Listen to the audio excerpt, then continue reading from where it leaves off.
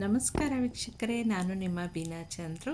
ನಾನು ಇದನ್ನು ಹುರುಳಿಕಾಳಿನ ಚಟ್ನಿ ಪೌಡರ್ ಹೇಗೆ ಮಾಡೋದು ಅಂತ ತಿಳಿಸ್ಕೊಡ್ತೀನಿ. ಇದಕ್ಕೆ ನಾನು 2 ಸ್ಮಾಲ್ ಕಪ್ಸ್ ಹುರುಳಿಕಾಳನ್ನ ತಗೊಂಡಿದ್ದೀನಿ. ಹುರುಳಿಕಾಳನ್ನು ಚೆನ್ನಾಗಿ ಡ್ರೈ ರೋಸ್ಟ್ ಮಾಡ್ಕೋಬೇಕು. ಇಲ್ಲಿ ನಾನು ಯಾವುದೇ ರೀತಿಯ ಎಣ್ಣೆಯನ್ನು ಬಳಸ್ತಾ ಇಲ್ಲ ಇದನ್ನು ಹುರಿಲಿಕ್ಕೆ, ಹಾಗೆ ಡ್ರೈ ರೋಸ್ಟ್ ಮಾಡ್ತಿದ್ದೀನಿ. ಇದನ್ನು ಯಾವ ರೀತಿ ಹುರ್ಕೋಬೇಕು ಅಂದರೆ ಅದು ಕೆಂಪಗೆ ಆಗಬೇಕು. ಬ್ರೌನ್ ಕಲರ್ ಇರೋದ್ರೆಲ್ಲ ಒಂಥರ ಕೆಂಪು ಮಿಶ್ರಿತ ಕಲರ್ಗೆ ತಿರ್ಕೋಬೇಕು. ಆ ರೀತಿ ಚೆನ್ನಾಗಿ ಹುರ್ಕೋಬೇಕು. ಇದನ್ನು ಹುರಿದಾಗ ಕಡೆಯಲ್ಲಿ ಎಲ್ಲ ಚೆನ್ನಾಗಿ ಹುರಿದಾಗ ಚಟ್ರ ಪಟ್ರ ಅಂತ ಸೌಂಡ್ ಆಗುತ್ತೆ. ಅಲ್ಲಿ ಸಾಸಿವೆ ಸಿಡ್ದೋ ರೀತಿ ಆವರೆಗೂ ನೀವು ಹುರಿದು ಇಟ್ಕೋಬೇಕು. ಇವಾಗ ಹುರಿದು ಒಂದು ಪ್ಲೇಟ್ಗೆ ಹಾಕ್ಕೋತಾ ಇದ್ದೀನಿ. ನೋಡಿ, ಈಗ ಪ್ಲೇಟ್ಗೆ ಹಾಕಿ ಇದನ್ನು ತಣ್ಣಗೆ ಮಾಡಬೇಕು. ಪೌಡ್ರ್ ಮಾಡೋಕ್ಕೆ ಮಿಕ್ಸಿ ಜಾರ್ಗೆ ಹಾಕಬೇಕಲ್ವ, ಅದಕ್ಕೆ ಹಾಗೆ ಹುರಿದು ಇಟ್ಕೊಂಡಿದ್ದೀನಿ. ಈಗ ಮತ್ತೆ ಇದಕ್ಕೆ ಒಂದು ಸ್ಮಾಲ್ ಸ್ಪೂನಷ್ಟು ಧನಿಯಾ ಹಾಕ್ಕೋತೀನಿ. ಇದು ಫ್ಲೇವರ್ಗೆ. ಇದು ಆಪ್ಷನಲ್ಲು, ಇದು ಇಲ್ಲದೇ ಇದ್ರೂ ಚೆನ್ನಾಗಿ ಬರುತ್ತೆ. ನನಗೆ ಯಾರೋ ಒಬ್ಬರು ತಿಳಿಸ್ಕೊಟ್ರು, ನನ್ನ ಸ್ನೇಹಿತರು, ಧನಿಯಾ ಹಾಕಿ ಅಂತ. ಆದರೆ ಧನಿಯಾ ಹಾಕದೇ ಇದ್ರೇ ಇನ್ನೂ ಚೆನ್ನಾಗಿ ಬರುತ್ತೆ ಅಂತ ನಾನು ಅಂದ್ಕೊಂಡೆ. ಒಂದು ಸ್ಮಾಲ್ ಸ್ಪೂನಷ್ಟು ಧನಿಯಾ ಹಾಕ್ಕೊಳ್ಳಿ ಟೇಸ್ಟಿಗೆ. ಆಮೇಲೆ ನಾನು 2 ಕಪ್ಪಿಗೆ ಸುಮಾರು 8-9 ಒಣಮೆಣಸಿನ್ಕಾಯಿನ ತೊಗೊಂಡಿದ್ದೀನಿ.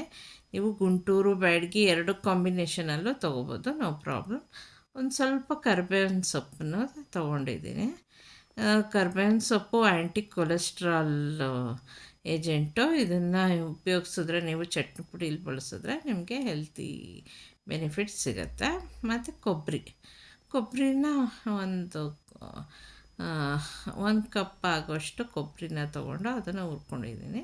ಹೆಚ್ಚು ಕಮ್ಮಿ ಒಂದು ಅಂದಾಜಿಗೆ ಕೊಬ್ಬರಿ ಹೆಚ್ಚಾಕಿದ್ರೂ ಏನೂ ಸಮಸ್ಯೆ ಆಗೋಲ್ಲ, ಆಯಿತಾ. ಒಣ ಕೊಬ್ಬರಿನ ನಾನು ಡ್ರೈ ರೋಸ್ಟ್ ಮಾಡ್ಕೋತಾ ಇದ್ದೀನಿ. ಇಲ್ಲಿ ಪ್ರತಿಯೊಂದು ಪದಾರ್ಥನೂ ಸಹ ಡ್ರೈ ರೋಸ್ಟೇ ಮಾಡ್ಕೋತಾ ಇದ್ದೀನಿ. 1-2 ಕಾಳು ಮೆಂತ್ಯನೂ ಸಹ ಹಾಕ್ಕೋಬಹುದು. ಈಗ ಇದಿಷ್ಟನ್ನು ಹಾಕ್ಕೊಂಡು ಇದನ್ನು ಬಿಸಿನ ಆರಿಸ್ಕೊಂಡು ಮಿಕ್ಸಿ ಜಾರ್ಗೆ ಹಾಕ್ಕೊಂಡು ಪೌಡ್ರು ಮಾಡಿಕೊಂಡ್ರೆ ನಮಗೆ ಹುರುಳಿಕಾಳಿನ ಚಟ್ನಿ ಪುಡಿ ತಯಾರಾಗುತ್ತೆ. ಇದು ಇಡ್ಲಿ, ದೋಸೆ, ಚಪಾತಿಗೆಲ್ಲ ಯೂಸ್ ಮಾಡ್ಬೋದು. ಈ ಚಟ್ನಿ ಪುಡಿ 1-2 ನಿಮಿಷಕ್ಕೆ ಆಗೋಗುತ್ತೆ. 1-2 ಸುತ್ತು ಮಿಕ್ಸಿನಲ್ಲಿ ತಿರ್ಸಿದ್ರೆ ಚೆನ್ನಾಗಿ ಫ್ರೈ ಮಾಡಿರ್ತೀವಲ್ಲ ಅದೆಲ್ಲ ಹೊಂದ್ಕೊಂಡು ಚೆನ್ನಾಗಿ ಪೌಡ್ರಾಗುತ್ತೆ. ಇದನ್ನು ತುಪ್ಪದ ಜೊತೆ ಹಾಕಿ ಕಲಿಸ್ಕೊಂಡು ತಿನ್ಬೋದು. ಎಮರ್ಜೆನ್ಸಿ, ಈಗ ಮಕ್ಕಳಿಗೆ ಏನೋ ಚಪಾತಿ ಮಾಡಿರ್ತೀವಿ, ಪಲ್ಯ ಏನೋ ಮಾಡೋಕ್ಕಾಗಿರಲ್ಲ, ಅರ್ಜೆಂಟ್ ಅನ್ನೋ ಟೈಮಲ್ಲಿ ಈ ಚಟ್ನಿ ಪುಡಿ ಹಾಕಿ ತುಪ್ಪ ಹಾಕಿ ಕೊಡ್ಬೋದು, ಅಥವಾ ಮೊಸರು ಹಾಕಿ ಕೊಟ್ಟು ಇದು ಮಾಡಬಹುದು. ಒಂದು ಹೊತ್ತಿನ ಇದನ್ನು ಎಮರ್ಜೆನ್ಸಿಗೆ ಇದನ್ನು ಇದಾಗಿ ಉಪಯೋಗಿಸ್ಬೋದು, ಸೈಡ್ ಡಿಶ್ ಆಗಿ. ಮತ್ತು ಊಟಕ್ಕೂ ನೆಂಚ್ಕೊಂಡು ತಿನ್ಬಹುದು. ಈಗ ಸ್ವಲ್ಪ ಉಪ್ಪನ್ನು ಸೇರಿಸ್ಕೊಂಡು ಇದನ್ನ ಮಿಕ್ಸಿ ಮಾಡ್ಕೊಂಡಿದ್ದೀನಿ.